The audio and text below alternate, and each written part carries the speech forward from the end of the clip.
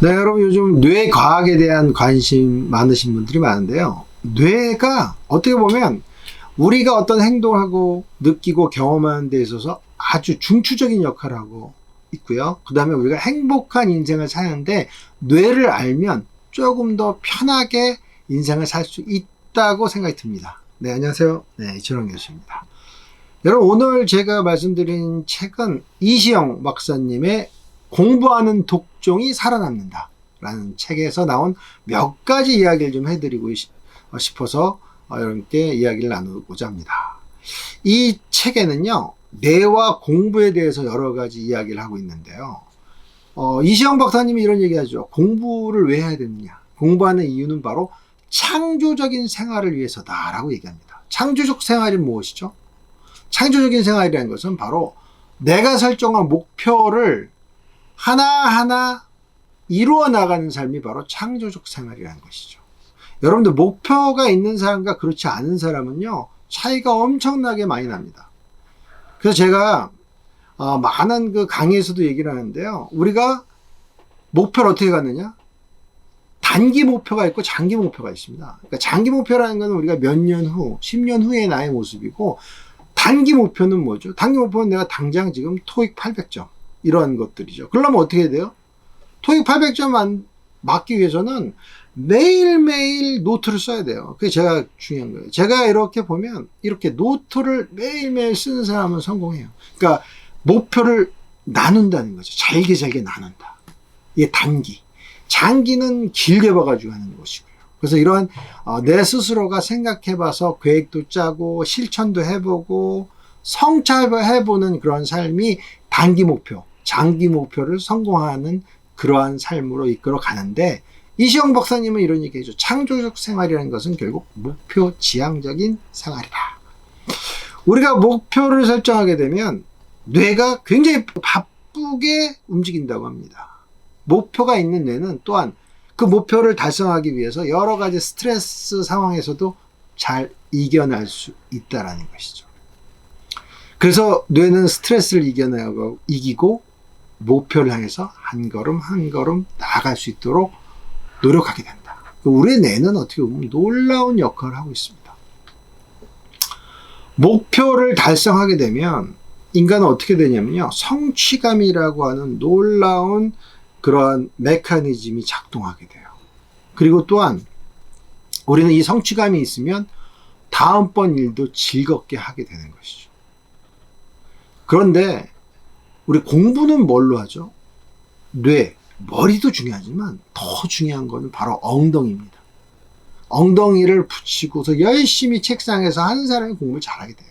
근데 더 중요한 건 뭐냐? 이렇게 엉덩이를 붙이게 만드는 것도 뇌의 작용이라는 거예요. 우리 여러분도 공부하다가 왜 공부가 안 되죠? 잡생각이 많이 나죠. 내 친구 영철이는 뭐 하고 있을까? 전화해볼까?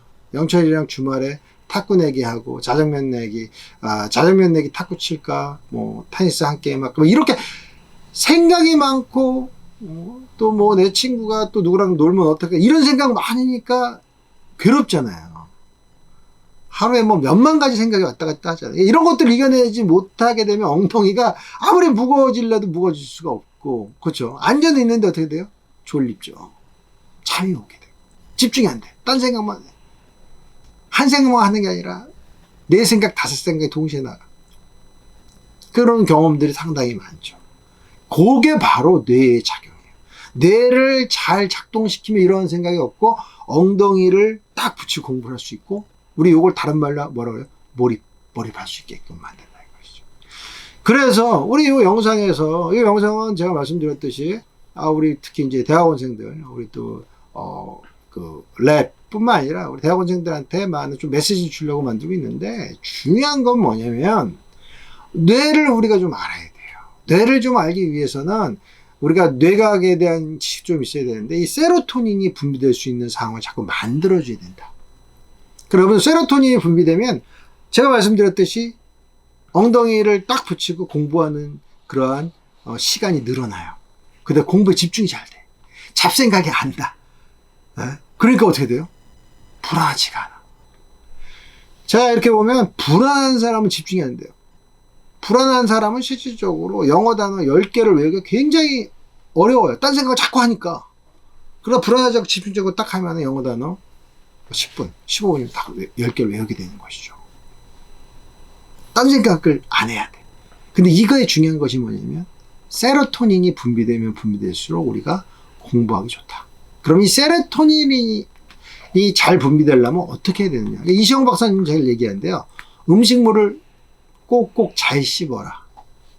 그러니까 우리 이렇게 보면은 음식물을 좀 그냥 막 잘 씹지 않고 막 넘기는 사람들이 있는데 그건 안 좋다는 거죠. 그 다음에 심호흡. 저는 이 호흡이 상당히 중요하다고 생각하는 사람 중에 하나입니다. 여러분들 불안하고 긴장됐을 때 심호흡 한 번씩 하는 게 좋고요. 우리가 통제할 수 있는 굉장히 좋은 이런 어떤 감각적인 측면에서 이 호흡만큼 좋은 게 없는 것 같아요. 그래서 여러분들 호흡을 부드럽고 편하게 할 수 있으면 여러분들이 좀 안정감이 있고 이게 뇌에 굉장히 많은 영향을 미친다고 합니다. 그리고 또 뭐죠? 걷는 거. 그래서 이 세로토닌이 분비되는데 굉장히 좋은 게 걷는 겁니다. 그리고 또 달리는 거. 그 다음에 또 우리 또 가족과 연인과 이런 사랑하는 사람과 함께 사랑하고 그 다음에 좋아하는 사람들과 잘 지내면 세로토닌이 분비된다는 거예요. 지금 얘기하다 보니까 뭐죠? 육체적인 그러한 신체적 건강을 추구하고 나아가서 정신적인 그런 건강을 추구하면 세로토닌이 분비된다. 그럼 이 반대말은 뭐예요? 맨날 남 욕하고 불안해하고 얼굴 빨개지고 조금만 얘기하면 화내고 저도 주변에 이런 사람은 세로토닌 분비가 안 되는 거예요. 급해. 얘기 듣기도 전에 화내고 이런 사람도 있어. 이건 뭐예요? 세로토닌 분비가 안 돼요.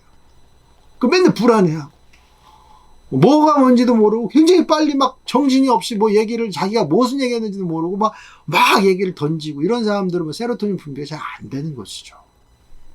세로토닌은 항상 안정적이고 서로 사랑하고 즐겁고 좋은 이야기하고 어떻게 좀 이렇게 평온한 가운데서 분비가 잘 되는 거죠. 이럴 때 여러분들 소위 말하는 우리 전전두엽도 또 활성화가 되게끔 되고 그 집중도 잘 되고 공부도 잘 되고 내 삶이 풍성해지고 이런 거 아닙니까?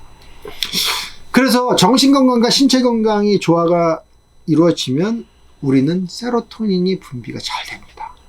우리 그래서 저번 영상 때 얘기했던 아지트가 있으면 행복하다 이런 얘기 했죠. 아지트가 굉장히 중요합니다. 여러분. 아지트에서 좋은 사람과 이야기하고 맛있는 거 먹고 그 다음에 또 우리가 서로가 서로를 이렇게 얘기할 수 있죠. 보다듬어 주는 것. 정신적으로 보다듬어 줄 수 있는 관계를 만들어 가면 우리는 서로 세로토닌 분비가 굉장히 많이 나오죠. 근데 우리 일터는 이렇게 굉장히 어려운데 여러분들 세로토닌이 분비 많이 될 수 있는 형태로 일터를 만든다면 우리 일터는 행복한 일터가 될 확률이 높다는 것이죠. 그래서 이 뇌를 잘 아는 사람들은 우리 일이 잘 되고 부자가 될 수 있는 확률이 높다는 것이죠. 네, 그래서 뇌를 활용한 공부를 잘하는 방법은 과연 무엇일까요? 제일 중요한 것은 첫 번째는 그 다음에 장기, 단기의 학습 계획을 세우는 것입니다. 계획과 목표를 세우지 않으면 세로토닌이 분비가 안 돼요. 우리 뇌는 굉장히 똑똑합니다. 우리 장기적 목표가 뭐야? 계획이 뭐야? 이런 걸 있는 사람과 아무 생각 없이 그냥 막 하는 거예요. 땅을 막 파. 밑에 끝도 없이. 그럼 뭘 하는 거예요? 그게 아니라 우리는 여기서 수영장을 만들겠다는 목표. 이게 있는 것과 그것도 없이 그냥 막 파. 뭘 하는지 모르고 막 파면 어떻게 돼요? 우리 뇌는 힘들어요. 세로토닌이 안 나옵니다. 그 다음에 제가 말씀드렸듯이 장기, 단기 목표와 계획을 세워라. 이거 굉장히 중요합니다. 학습에서. 두 번째는 우리가 실패를 통해서 깨달음을 얻어야 되는 것이죠. 여러분들 실패에서 깨달음을 얻지 않으면 상당히 인생이 더 힘들어집니다. 실패에서 깨달음이 없으면 그건 그냥 실패해야 돼요. 실패로 끝나요. 그러나 실패에서 깨달음을 얻기 위해서 필요한 것은 두 가지입니다. 반성과 공부. 제가 그래서 여러분 계속 얘기합니다. 왜 실패했는지에 대해서 반성한 사람은 다음번 실패하지 않게 돼요. 그 다음 두 번째로 반성을 통해서 우리는 뭘 했죠? 공부가 뭐가 부족했는지 알면 실패하지 않게 됩니다. 뛰어난 운동선수는 다운병 경기에서 그걸 알아요. 저 선수의 뭐가 약한지. 나달이 그 천하무적 페더러를 이긴 게 바로 그거였어요. 아무도 페더러를 못 이길 때 나달은 그 뛰어난 발을 갖고 움직이는 그 플레이를 했다는 거 아닙니까? 반성. 이게 굉장히 놀라운 일이고요. 그 다음 또 한 가지는 뭐냐면 이런 질문들이 우리 뇌가 좋아한다고 합니다. 왜라는 질문. 왜라는 질문 한 번씩 던져보는 거예요. 왜를 5번만 던지면요. 현상을 다 이해할 수 있습니다. 왜를 5번 던져요. 그 다음에 또 중요한 거. 우리 그 영상에서 계속 얘기하고 있습니다, 여러분들. 메모와 자료 정리를 잘해라. 메모에 대해서 열심히 하는 사람은 뇌도 좋아하고 부자가 될 수 있는 확률이 높습니다. 여러분들 부자의 특징은 뭐랬죠? 메모에 열심인 사람이다. 공부에 진정인 사람이다 이거죠. 그리고 책상과 책장의 정리도 잘해라. 이 정리라는 게 깨끗하게 하는 거 아닙니다. 내가 필요한 게 적재적소에 있도록 만들어 놓는 게 진정으로 뇌가 좋아하는 거예요. 뇌는 막 쌓여도 좋아요. 그러나 내가 어디 있는 걸 찾을 수 있게끔 시스템을 만들어 놓는 걸 좋아해요. 그 뇌를 알면 부자가 될 수 있어요. 자, 마지막 한 가지로 제가 이렇게 뇌에 대한 공부를 하면서 느끼는 것 중에 하나는요. 여러분들 그 상황 판단력이 좋은 사람은 어떤 사람이면 뇌에 한 10가지 정도의 서랍을 만들어 놓습니다. 무슨 말이냐면 X축, Y축. 예를 들어서 우리 X축에서 시간이 흘러가면서 성과가 높아진다. 이런 어떤 그래프 같은 게 있어요. 그럼 그걸 그렇게 다른 거에 대입을 합니다. 예를 들어서 뭐죠? 저축을 많이 하게 되면은 만족감이 높아진다. 이런 형태로 자꾸 이 소위 말하는 유추 능력이 높아요. 이게 서랍을 머릿속에 넣어놓고 이런 게 왔을 때 이렇게 유추할 수 있는 능력 높은 사람들이 뇌를 잘 활용한 사람이고 이런 사람들이 성공할 확률이 높다. 아니 부자 될 확률이 높다는 것이죠. 우리는 뇌를 알면 부자 될 수가 있기 때문에 여러분들 뭐 부자라고 해서 여러분들 너무 좀 약간 어렵게 생각할 필요 없고요. 뇌를 알면 여러분들 좋은 연구자로서 성공할 수 있다라고 말씀드리고 싶습니다. 오늘 그 뇌에 대한 이야기를 이시영 박사님의 책을 통해서 했고요. 여러분들 뇌를 잘 알면서 우리가 행복한 인생, 성공한 인생 살아가시기 바랍니다. 네, 고맙습니다.